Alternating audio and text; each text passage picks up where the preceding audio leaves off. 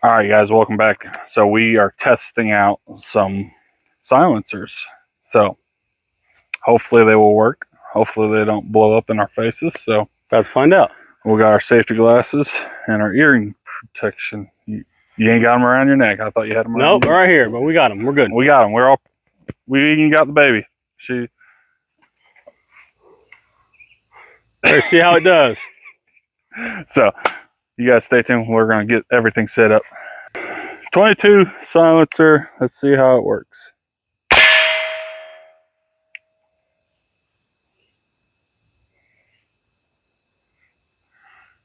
I don't see nothing.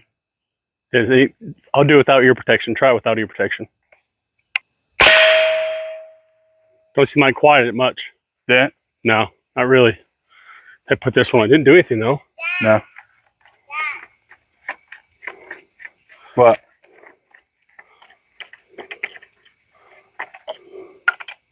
Smoking. Smoking. So it's definitely moving the gas around. That's how it should be. This one should be a lot better. Let's go straight. Now we got a 22 with a different silencer. See how it works. That one does a lot better. A lot better? A lot better. There's no nicks or anything, so. Yeah. You want to shoot it? Yeah, I think that should be good. I think this one. Safety's on. Hi, Dad. Hi, baby.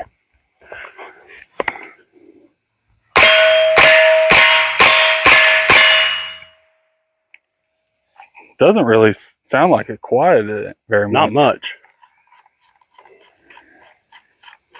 Back up, Chris. Let's do, I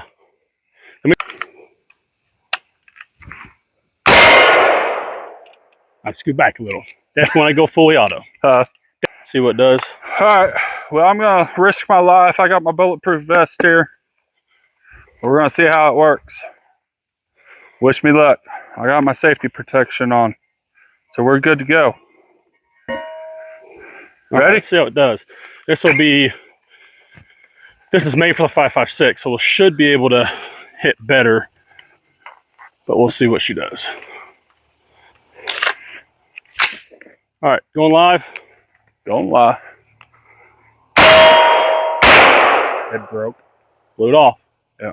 So it must have been off. Yep. I think too much gas.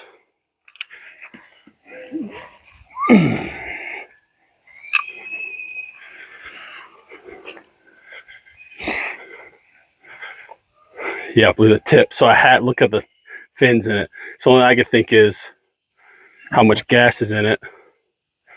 It blew it. Not big enough ports or what? Yeah, I think so. Or I think there has to be bigger baffles. Because another material, the material is actually tougher than what it actually calls for. So I don't think it's a material thing. I think it's a port. Maybe we could try that small one. But I think it'd probably do the same thing. Yeah. I could print more. I ain't worried about that. I just want to see if it's going to do it on this, it's going to do it on the pistol. Yeah. So we got one suppressor down. So sorry to the guy that made these. These are not working. He is here right now, so he knows these are test ones that he's going to have to get a hold of and send back. Do you know where the other one is at? It's in your pocket. For one? I know what will help him. What would happen, or what would be better? Get a 2-turn T on there. You might know, be a little better. Sponsor. G Fuel might not be it, but we're about to find out. Let's get a shot at it and see. Going live. Oh. Hello there. Huh? Hello there. So it has to be the fins are too small inside. That is outrageous. Yeah. So the only thing I can think is the tolerance were off. As far as the fins, because we know it shoots straight out of the 22. Yeah. And they're made for 5.56. So the only thing I can think is this tolerance right here is too tight. And where's the other part of it? I don't know where it went. It went boom all over the place. Yeah. I think this one just this one grenaded. Yeah, this one just went and that one was actually wrapped better but there has to be the tolerances are off. The tolerances have to be off where it's making it too much back pressure. No, not right now. So we gotta switch it up. We go back to the drawing board. So, well, here's a piece of something. What's that? Here's a piece of something. Yeah, there's probably pieces everywhere with that can. There's the half of the can right there. Oh, there's the other half right there. Yeah, it went right towards the camera. So I mean, we kind of know, and then we got it on film. We can kind of look at it and see. Yeah. 50 on. Yeah, that's how it should have went the first time. Stand clear.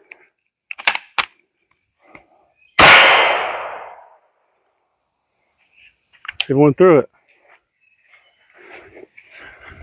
That, unless you just missed it completely. Unless I missed it completely, hit the back. Haven't sighted the scope in. Smells like a rubber.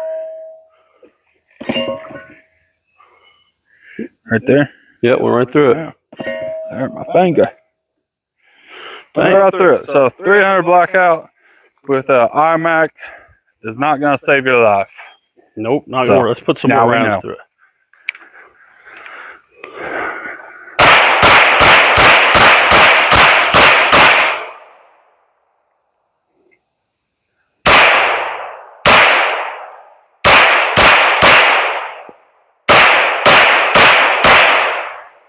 How accurate is it? Pretty accurate, really. Is it? Now, I've never sighted it in, so I mean, for what I purchased it, and never. That's the first time I've shot it with the sight and everything on it. So I mean, for what I was looking at sideways and looking at where it was hitting, it was doing pretty good. I mean, definitely, it's a Fostech lower and Bear Creek upper, but yeah, it definitely went through it.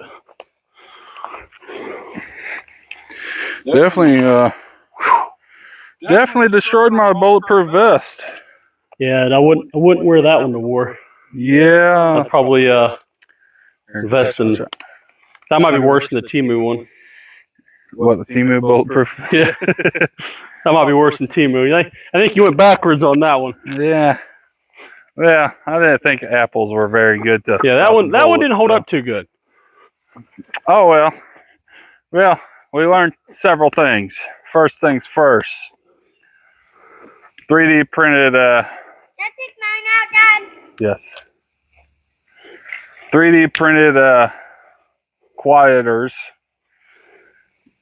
did not work with high powered pew-pews. Gotta be careful what you say. So yes. So with that being said, Are those good or bad? they're bad. You used them, they're bad. So we got the 300 blackout. It worked perfect after a little bit of modifications. So looks like we're going back to the drawing board. They definitely didn't work. Tolerances might have been off. I printed it to spec. Was on the website. It doesn't really mean that it's 100%. So I guess we'll print it again. Same filament. I mean, the filament I don't think is a problem. I think it's tolerances. So maybe bigger board. Yeah, I think the wall thickness needs to change. Because if you look, yeah, I don't think you can get much light through it as far as the sides. So we're gonna have to do some more drawing on that. So if you guys want, maybe we can see if we can get the world's largest 3D printed one of them, like diameter wise. See if the diameter wise makes it more quiet versus a skinny one. I don't know. Try it out. Yeah, I mean, that's we can obviously try different filaments too and see. I mean, this is PET GCF. I mean, 20. So it's pretty good. I mean, it's pretty good filament. But definitely did not hold up. So, I guess the thing we can do is print some more and try it. You think it'd be better, fatter? I don't know. I'm gonna do some more researching because I think a little bit fatter, and I think that the length of this one was good. The length of this one I think was too short, but the length of this one was good. I think it was more just the tolerances here. the files I got from, they were 4 or 556. So I mean, I don't know if the settings on the printer were off, but I can obviously go back and look at my prints and see. Yeah. But I mean, obviously that did not hold up, or it might have too many baffles and it's just not enough back pressure. I mean, too much back pressure and it just blows it up. Yeah. So I mean, obviously, because how long was that one? Because I watched a couple of videos and they said 6 inches, and they went above 6 inches and made it even quieter. yeah, that was probably a 5, 5.5. It's probably about 6 after it's all said and done. So I mean, obviously it needs to be a little longer, but I don't think the length has it, because like if you look at normal ones, they're actually not that long. I think it's more of just the fins in here. It couldn't get the gases out quick enough. It's supposed to go through all this and push it out the front. But go put them on the floor. When it gets to the point where it's like that, there's not enough, too much back pressure, too much gas, and it's just destroying it. Which, I mean, that's why I test them. Or see where the sweet spot is, and I'll go back and get on the website and see, because I mean, they tested them and said it worked, but also I don't know what their tolerances were. I might be able to message them and see what their tolerances are. And say that, or maybe they made it a little bit fatter. Like, I don't know. No, because when you get the prints, they get you an STL, and the STL is the same thing they're printing on their side. Oh, okay. But the thing is, they don't tell you what the wall thicknesses are, like the tolerances. They tell you like what to print as far as like what filament to use, but they don't give you that one didn't give me the tolerances. So I might have to message the people that actually post STLs, and we can see what they recommend the tolerances be. But I mean, it's a trial and error thing. We have to see kind of which sweet spot. That's why these are actually from 2 different makers, 2 different files. So I mean, that's kind of seeing where we're at, which ones, you know, and then we might be able to find one that's perfect. But they can say they work all day long online. I mean, they could be online saying, hey, I had 100 rounds through it and I do the same thing, it blows up. That's why we got to test our own, because I mean, I don't want this to be a real life situation and shoot one, it doesn't do anything. Yeah. So I mean, that's why you have to do trial and error and R&D and kind of see. I mean, that's the only thing. Quit touching these. But now that we know, I mean, definitely we were straight. Yeah, because we shot 22 through it first. Yeah, and it worked perfect. Yeah. So I know the straightness is fine, but I think it's going to go back to tolerances. But that's obviously, only thing to do is put the steps in as far as like wall thickness, strength, everything like that. But if I don't know exactly what their tolerances are, like a 0.25, 0.5, whatever it is, we don't really know. But that's why we need to get back and kind of see. But I mean, that's how we do it. We trial and error, trying it out, trying to see what it does, and hopefully we can find one that works. Good thing is filming's cheap, so we're not really out anything. That's for a G-Force cam. That was probably the worst part. Yeah, but I drank that one, so it's pretty good. Well, next time we use a Busch Light, that way it'd be a little bit better. It'd be more worth it. 2-tone tea. Or 2-turn tea, whatever we can drink the fastest. But yeah, if we can put it in here and make it work, ruling not out anything besides the metal right here. But you can get those on Amazon. Get those online. That's just a normal adapter. So yeah, we'll just keep going on the drawing board. I mean, that's the fun thing about doing this kind of stuff, is just trying it and seeing what works, and hopefully we can have a little bit more quality video when we find one that does work, and post more videos of us trying to, you know, see what a 300 blackout can go through, and then bring some other stuff. I mean, obviously the good thing about this is you can literally make whatever you want. Now, can you take these back out and just reuse You them? can't. So these are actually all glued in. Oh. I use pretty much an epoxy, and that's pretty much for the fact that when I screw it on, screw it off, I don't have to worry about this coming off of that. When I unscrew it, it screws off together. And that's kind of what they said on there too, is to do. So I mean, the thing is, on those websites, a lot of them where I get them from, they give you enough to print, but they don't give you 100% tolerances unless you want to pay. But we're trying to do it on our own. We're trying to see what works. We're lucky enough to be able to get filament and use our own and have a place to shoot. So I mean, we might as well try it and eventually find one that works and actually have real world experience, and not be like, hey, yeah, it works. Like I said, everybody can say it works. Like, to get out here and shoot it. Everything works online. Just like my crotch rocket jet boat. I could say it worked online, but it only went 30. It didn't go as fast as I wanted. Yeah, 100%. So. That's like a lot of things like this too. With 3D printer, anybody that knows, watch this, you have one. You can print anything. I mean, literally anything you want. Lucky enough, we're in a state where we can print stuff without getting in trouble. I know like a lot of places you can't. So some laws in some states vary, but like in our state, in Indiana, you can print what you want, and as long as you're not selling it or mass producing as a business, I mean, we can do all our D we want. So Yeah, so we're just trying it out. Before you guys say, there is nothing behind us. Yes, we are. I'm going to put a berm here, a really tall berm. We have a small one there that shoots. Yeah. So we're shooting an angle. We kind of shoot down. Yeah. I mean, and we're so close where, God forbid, our aim's not that bad. I hope not. We can get it close enough where we can, you know, shoot at that berm. We're shooting at an angle. If you see, we're up higher. So I mean, luckily, if it does go past that, it's just going to hit a pile. Well, obviously, we do need to get a bigger one if we want to do a lot more, because eventually we want to do stuff on tabletops. Yeah. And we're going to have to definitely get something behind I like us. to U-shape this whole thing. Yeah, and then we can put more stuff up to shoot.